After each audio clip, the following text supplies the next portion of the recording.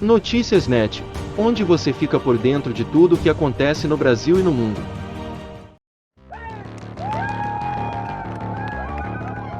De um lado, os americanos intensificavam uma era da corrida espacial liderada por bilionários.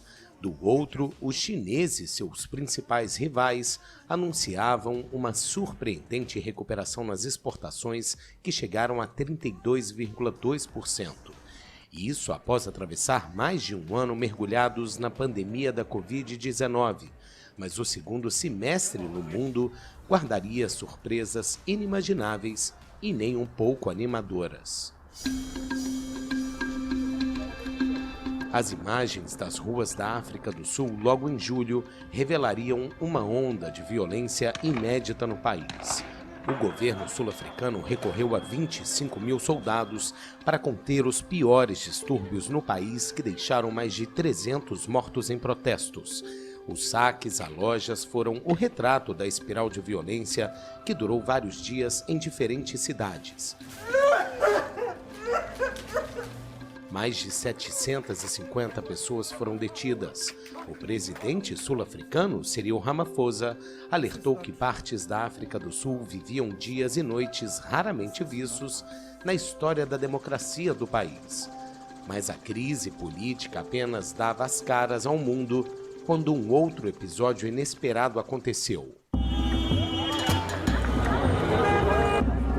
O desespero tomou conta do aeroporto da capital do Afeganistão, Cabul.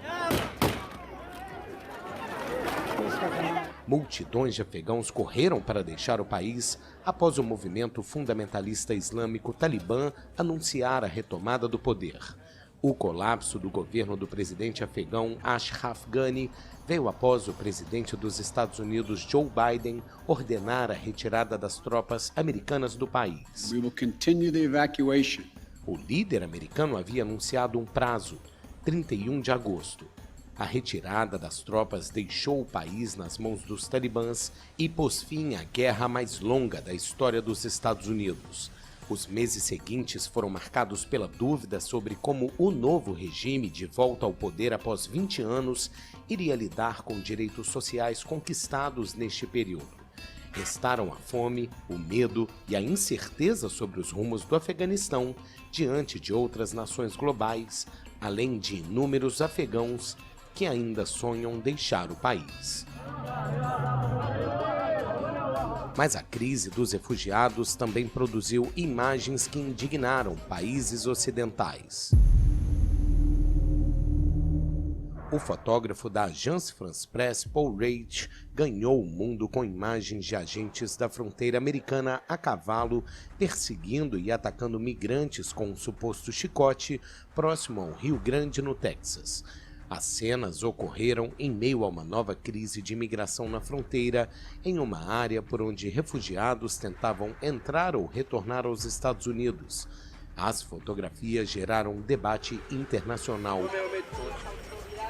Em novembro, a violência cresceu na fronteira entre a Polônia e Belarus.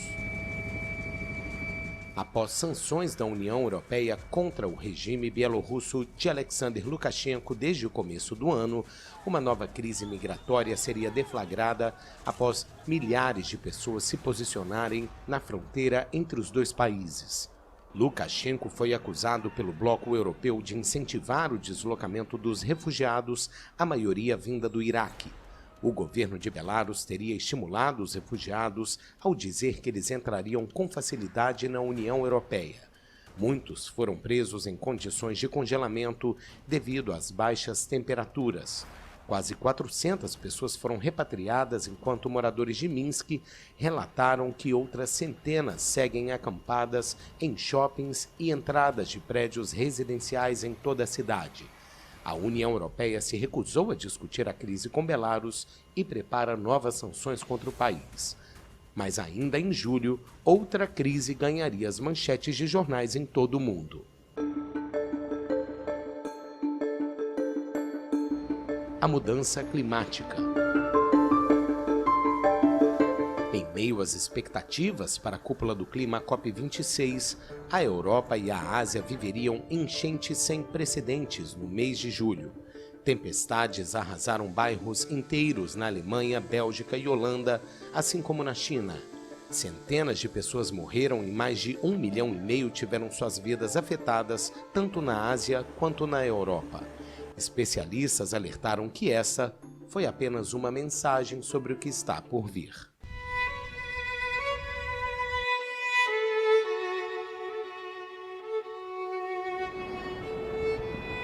O fogo também mostrou seu poder.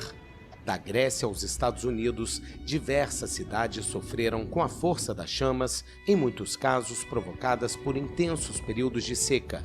Cientistas alertaram que os sinais vitais da Terra estão enfraquecendo. A comunidade científica já havia pedido em 2019 uma declaração mundial de emergência climática. No documento publicado pela revista Bioscience, os cientistas afirmaram que os governos fracassaram na tentativa de combater a mudança climática provocada pela superexploração da Terra.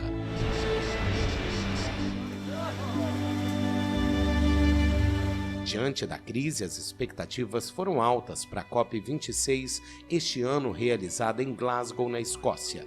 Em 13 de novembro, os quase 200 países presentes na cúpula do clima chegaram a um acordo. Aprovaram um texto para acelerar a luta contra o aquecimento global e esboçar as bases de um futuro financiamento do plano.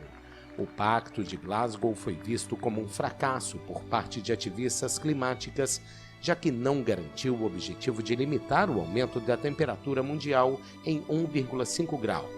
O documento prevê que os Estados-membros apresentem, até o fim de 2022, novos compromissos de corte nas emissões de gases de efeito estufa. Dentro da crise sanitária do coronavírus, desencadearia um novo alerta planetário sobre a Covid-19, que já havia deixado a marca de 5 milhões de mortos no mundo.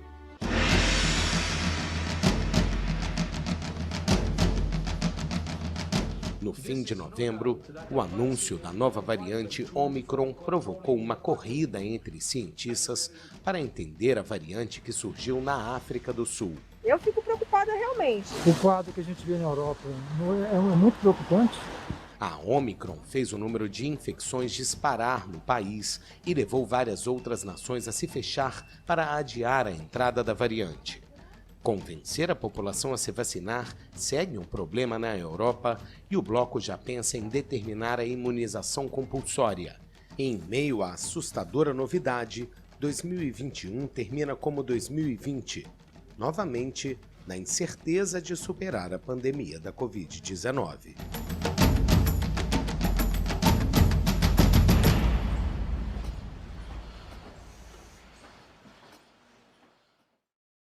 Notícias Net, onde você fica por dentro de tudo o que acontece no Brasil e no mundo.